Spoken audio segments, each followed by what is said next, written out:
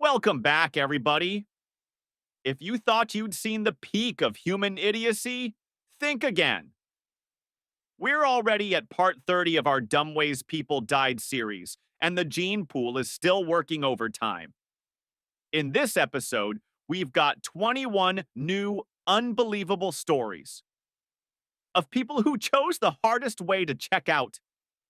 Get ready for the farmer who made a spa out of toxic waste, the tourist who ignored 1,000 years of go away signs from an uncontacted tribe, the amateur mechanic who suffocated under his idling car, and the guy who tried to hotwire a ride but just short circuited his own life. These are the most catastrophic failures of common sense you'll ever see. So lock the doors, secure your loose cannonballs, and whatever you do, don't try this at home. Let's dive in. Number 1. The cold snap had hit Farmer Giles's property hard. He was standing by his massive, steaming manure pit, shivering. Now, most people would grab an extra sweater, maybe crank up the thermostat, but Giles wasn't most people. Giles was an innovator. I need something warm, something natural, something free, he muttered, eyeing the swirling mist rising from the waste pond. He reasoned that the massive heap of organic matter was clearly fermenting, and fermentation means heat. And that pungent mist? That was just rustic steam. A perfectly natural, organic farm sauna. So, Giles rigged up a simple pulley, got a thick rope, and lowered himself into the warm, earthy embrace of the pit. He settled down, letting the steam envelop him. He took a deep breath of that rustic steam, convinced he'd cracked a cost-effective, all-natural spa treatment. The reality, of course, was that he was inhaling a highly concentrated cocktail of methane, hydrogen sulfide, and ammonia.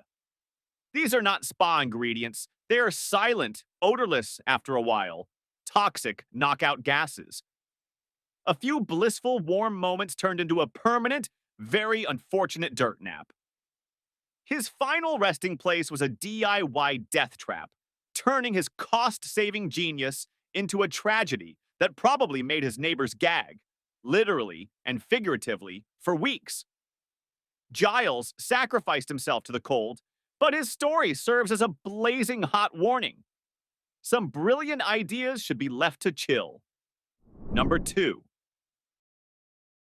Our next subject takes us to the remote shores of North Sentinel Island in the Bay of Bengal, home to one of the world's last uncontacted tribes, the Sentinelese. They are famously, unequivocally clear about one thing: they want to be left alone.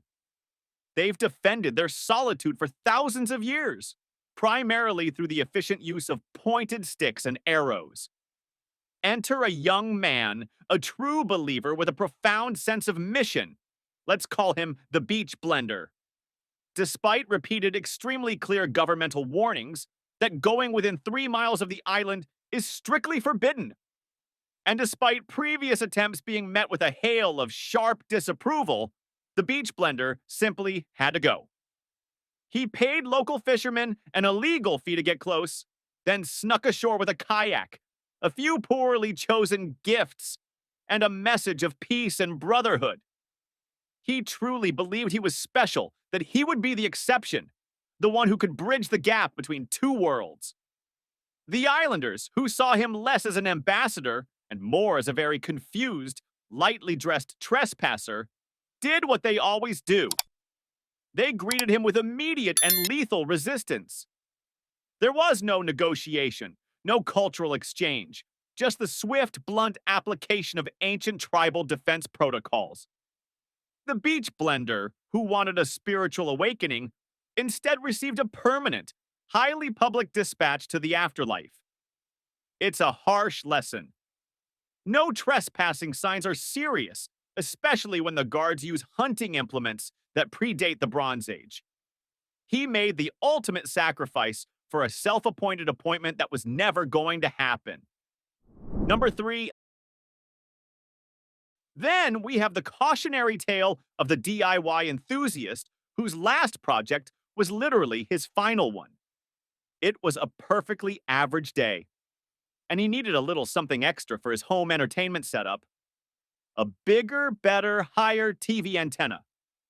You just can't catch those obscure UHF channels without proper height, right? He had a massive, impressive metal pole, and he was determined to get it atop his roof. He was struggling with the heavy, unwieldy apparatus, probably grunting and muttering about how easy the video made it look, when the metal pole slipped. Now, this is the moment in a B movie where the music swells. The pole, in a slow motion inevitability, swung out wide, and its very tip made perfect, catastrophic contact with the main overhead power line running near his property. The surge that followed was instantaneous and overwhelming. We're talking thousands of volts running through that metal pole and straight into our unfortunate handyman. He essentially became a human fuse box, a very high-resistance conduit for a ridiculous amount of electricity. The resulting flash and fizzle served as an unwelcome light show for the neighbors and provided a spectacular, if tragic, example of the principle that metal conducts electricity, especially when it's touching a massive source of it. His final act was giving his TV reception a clarity he himself would never experience. Number 4. Some people like to bake cookies in the kitchen. Others prefer to dabble in unlicensed, explosive science. Our next subject falls squarely into the latter category. He decided to turn his home kitchen into a laboratory, seeking to concoct a certain high-energy booster out of everyday household and industrial items. This is not a project one should undertake after watching a few online tutorials, especially not in a confined space. He was a DIY chemist, a man committed to the principles of self-reliance, even if it meant mixing volatile, temperamental substances on a stovetop next to his spice rack. He was probably convinced he was just a simple phase away from perfecting his recipe. But the volatile substances had other plans. In an instant, the mixture achieved a state of over-energetic transformation. There was a tremendous flash, a concussive shockwave, and the poor soul's kitchen essentially vented itself into the atmosphere. The blast was so powerful, it redesigned his plumbing, rearranged the structural integrity of his dwelling, and tragically, completely ended the life of the ambitious home chemist. His noble pursuit of a cheaper product resulted in the most expensive explosion of his career, one that left an unforgettable and pungent crater in the neighborhood. He was seeking a high, but he simply achieved a massive and permanent oops. Number 5. Next, we head to the garage for a story of unfortunate, life-ending laziness. The scene: a parked vehicle with a mechanical issue. The owner, a budding mechanic who didn't want to spend money on a proper garage, Jack decides to simply crawl underneath the heavy machine to check the problem out. But here's the key ingredient for this specific flavor of failure. He left the engine running. Now, why would he do that? Perhaps to listen for a certain noise. Or maybe he thought the running engine would somehow fix itself while he was under there. Crucially, his garage was a completely closed space. The engine was pumping out a steady stream of odorless, colorless carbon monoxide, the silent killer. It's the ultimate invisible toxin, and in a closed environment, the air quality degrades from breathable to permanently lights out with frightening speed. He was focused on a rattling bolt or a leaky hose, completely unaware that the very act of leaving the engine on was filling his workspace with death. It's highly likely he felt drowsy, perhaps thought he was just tired, and then simply drifted off to a permanent sleep. He never woke up. The problem with his vehicle may or may not have been fixed, but the problem with him was solved irrevocably. It's a sad, quiet end to a problem that could have been avoided with a simple twist of the ignition key Number 6. Our next nominee for questionable home maintenance is the Garage Gourmet. This homeowner, after completing a project using highly flammable solvents, think turpentine, paint thinners, or any liquid that screams, "Do not expose to heat," decided to store his used, saturated cleaning rags. Where, you ask? In a fireproof container? Safely outdoors? Nope. He chose a cozy spot right next to the water heater in his enclosed garage. Now, a water heater has an ignition source, a pilot light, or an electric element. And those solvent-soaked rags are essentially highly volatile time bombs. It's a perfect setup for spontaneous combustion, or at the very least, a catastrophic ignition. The rags decided to throw a quick, very hot party. The resulting blaze consumed the garage, and tragically, the poor planner himself. He inadvertently created a devastatingly effective incinerator out of his own home. He was saving those rags for, well, we'll never know. The main takeaway: if something smells like it could dissolve plastic, keep it far away from anything hot. Number 7. Next up, we have a tale of late-night boredom, poor judgment, and accelerated grocery transport. Imagine two friends on a deserted, steep hill late at night. The vehicle of choice? A flimsy shopping cart. Their goal? To achieve maximum velocity in a metal basket designed for leisurely movement over flat supermarket linoleum. One brave soul, let's call him the cart commander, straps himself in, and down the hill they go. The wind is probably whipping past.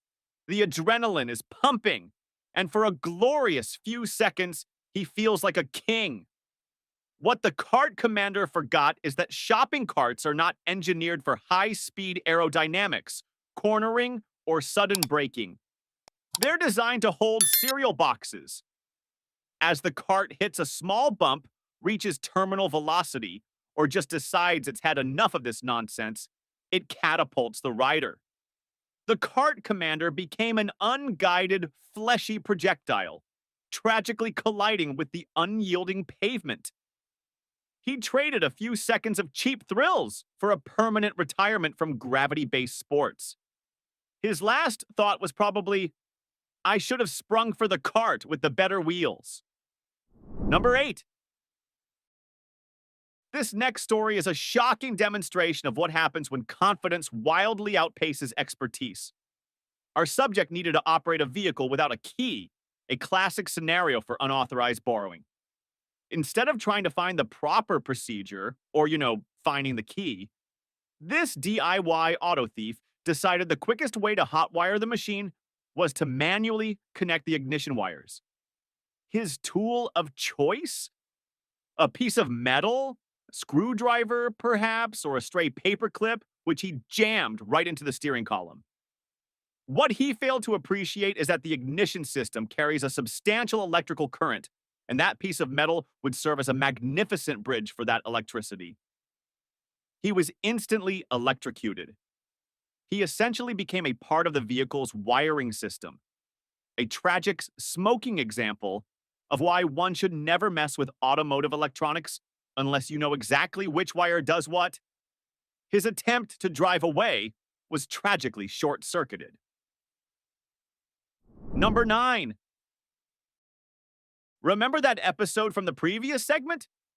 It's so good, we have to revisit the lesson. Antiques can be dangerous.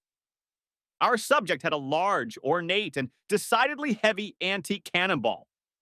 He was using it as a quaint, heavy-duty doorstop. A peculiar choice, but harmless, right? Then curiosity struck. He decided he needed to know what the ball looked like on the inside. So he grabbed a torch, a tool that generates intense heat, and began to cut the cannonball open. As anyone with a basic understanding of historical weaponry might predict, an old cannonball is often packed with gunpowder and sometimes has a still active primer. The moment the torch's heat penetrated the metal casing, it was game over. The resulting catastrophic detonation turned the quaint doorstop into a homemade bomb, ending the life of the curious owner and causing a spectacular level of property damage. The official cause of death: the fatal mistake of applying fire to unverified historical ordnance. Number 10. Our next example proves that some things are best left to the professionals, especially when those things involve flammable gases. This man was a professional plumber, tasked with investigating a potential blockage or issue deep within a city sewer system. He descended into the underground network, an environment that naturally traps and concentrates organic decomposition gases, primarily methane. Methane, as we all know, is the primary component of natural gas, highly flammable and explosive when mixed with the right amount of oxygen. Our plumber, perhaps taking a moment to rest or just desperately needing a hit of nicotine, decided this underground gas chamber was the perfect spot for a cigarette break. The instant he lit his match or lighter, the confined, gas-rich atmosphere found its ignition source.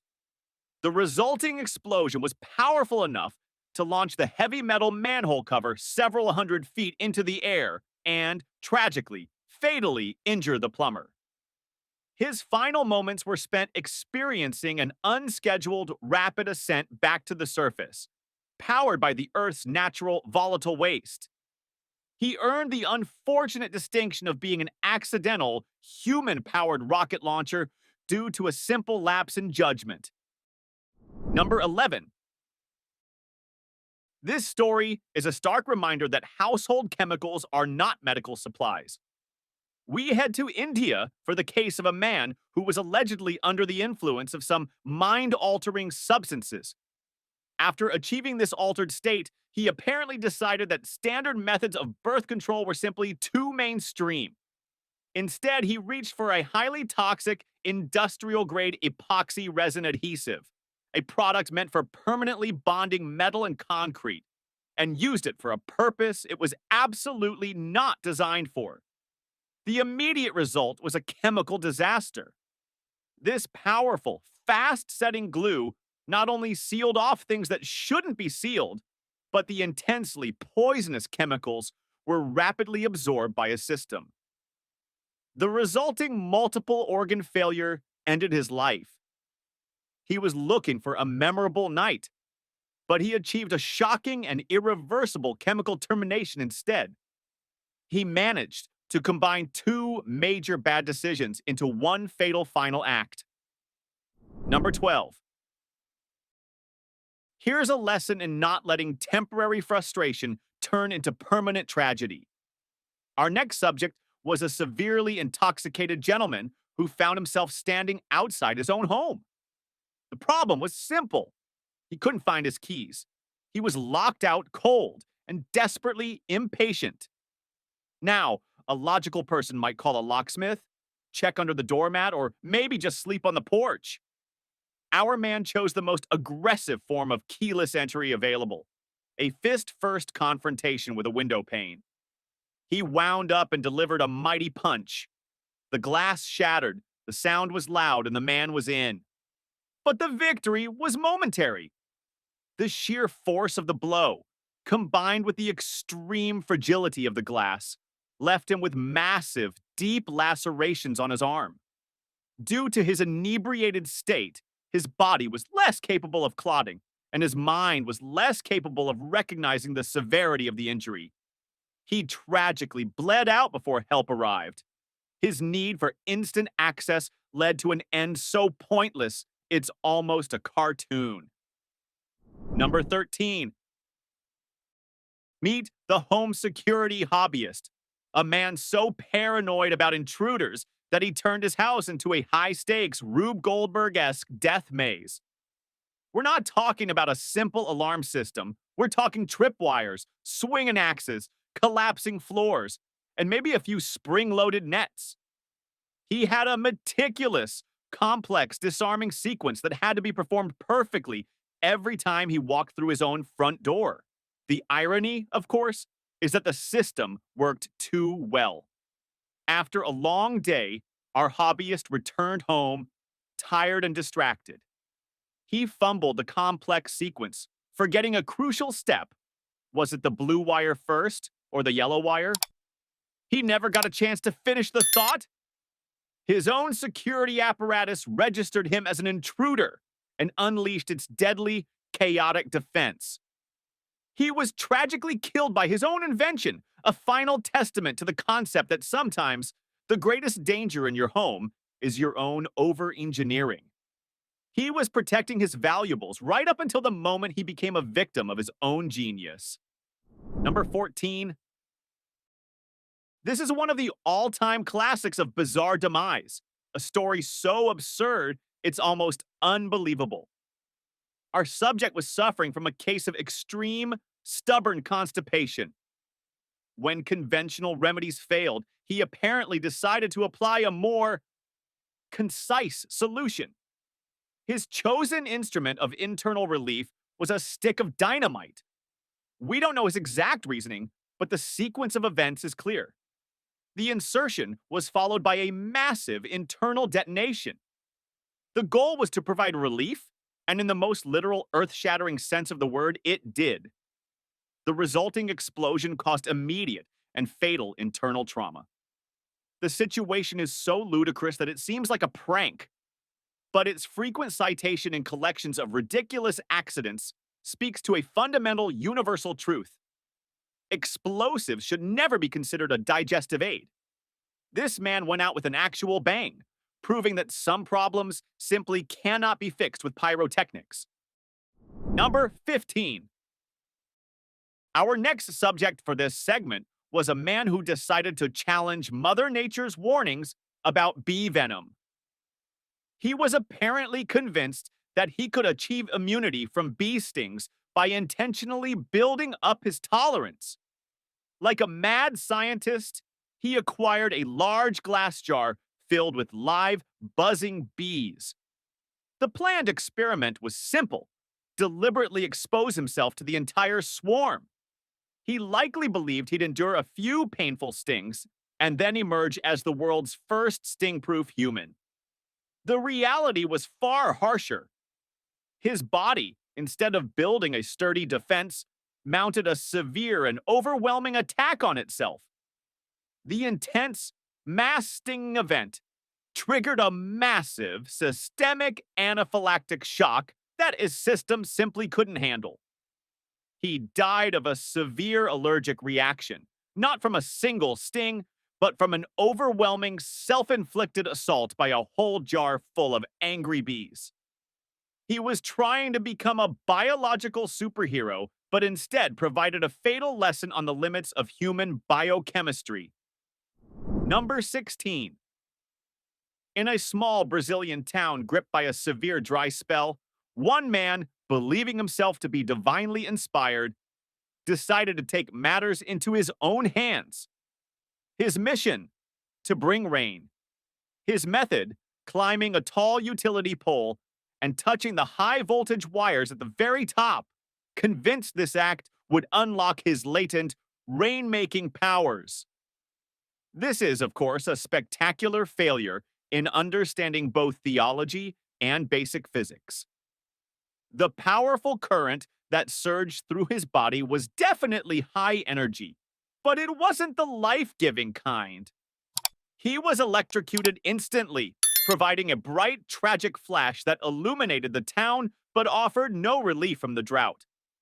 His quest for a miracle ended with a shocking terminal lesson: power lines are for power, not prayer.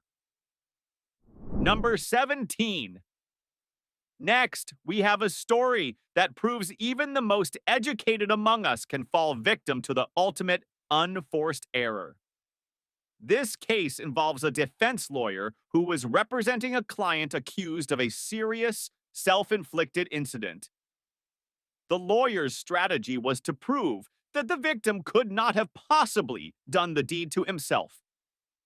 To illustrate his point, the lawyer let's call him the evidence exhibitor, dramatically reenacted the scene in court.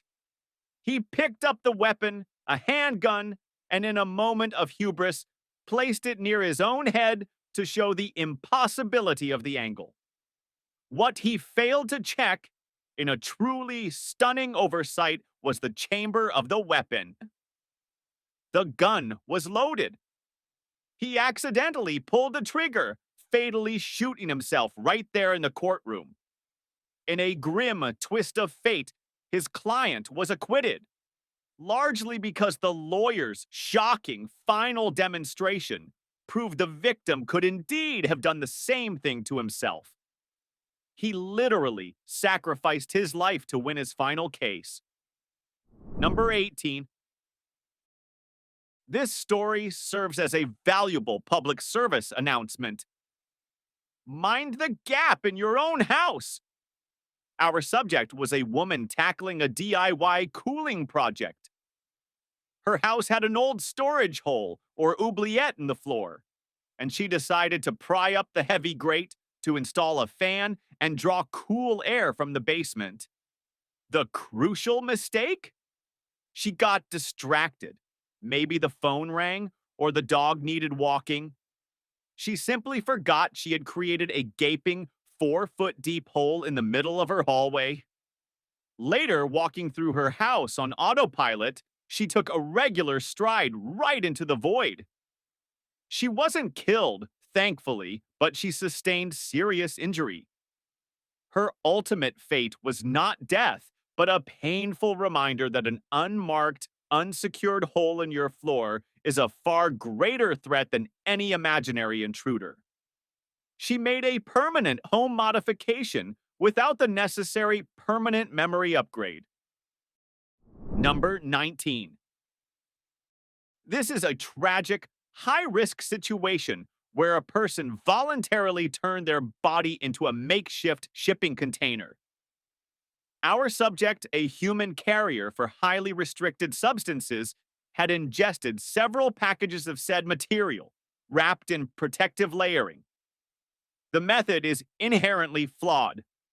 The human digestive system is hostile, and the packaging, which is not designed for consumption, is prone to degradation. During transit, one of the sealed packages ruptured inside his system.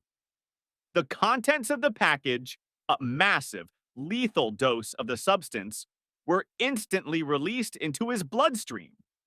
His body went into immediate multiple organ failure, ending his life in a catastrophic chemical emergency. It's a devastating illustration of the extreme, body-defying risks people take for illicit transport. Number 20. The spirit of the Wild West lives on in the modern gold prospector. Our man was searching a shallow riverbed equipped with heavy professional-grade equipment, including bulky dredges and collection boxes. He was wading through the water, hauling this dense machinery when he slipped and fell. The water was barely waist deep, yet he couldn't get back up. He was pinned down by the sheer, unyielding weight of his own gold-seeking gear. He was trapped in mere inches of water by a ton of metal designed to make him rich. Found drowned in that shallow stream, he proved that sometimes the pursuit of fortune is literally the weight that pulls you under. He died from an inability to escape the tools of his own trade. Number 21. Finally, we return to another DIY disaster. Our subject wanted to save a few bucks on a simple household repair, fixing a faulty water heater. He was convinced he could handle the pressure, both figuratively and literally. However, a water heater is a pressure vessel containing hot water. Shoddy, ill-advised repairs can compromise that pressure, turning the unit into a boiler-turned bomb. The man's amateur work failed spectacularly, causing the heater to explode. The massive pressure release resulted in a catastrophic rupture, destroying the unit and fatally injuring the man. He wanted to pinch pennies, but instead, he unleashed a localized pressure wave of destruction. He turned a simple home appliance into a deadly missile, securing himself a permanent discount on all future plumbing bills. And that, folks, wraps up part 30 of our deep dive into the most spectacularly avoidable ends. We've seen 21 people make the ultimate sacrifice for, well, for the sake of a bad decision. From the farmer who confused a manure pit with a steam room to the lawyer who won his case by losing his life in court, the takeaway is clear. Common sense isn't just a suggestion. It's a vital life-saving skill. Please remember that toxic fumes are not SPA amenities, power lines are not wishing wells, and antique explosives should never ever be used as doorstops. Thank you for tuning in to witness these cautionary tales. If you enjoyed this journey through unbelievable stupidity, hit the like button and let us know which story you think deserves the title of the most absurd demise in the comments below. Don't forget to subscribe and ring that notification bell so you don't miss our next chapter. Stay safe out there. Think before you act. And for the love of all that is holy, check if the gun is loaded. We'll see you next time.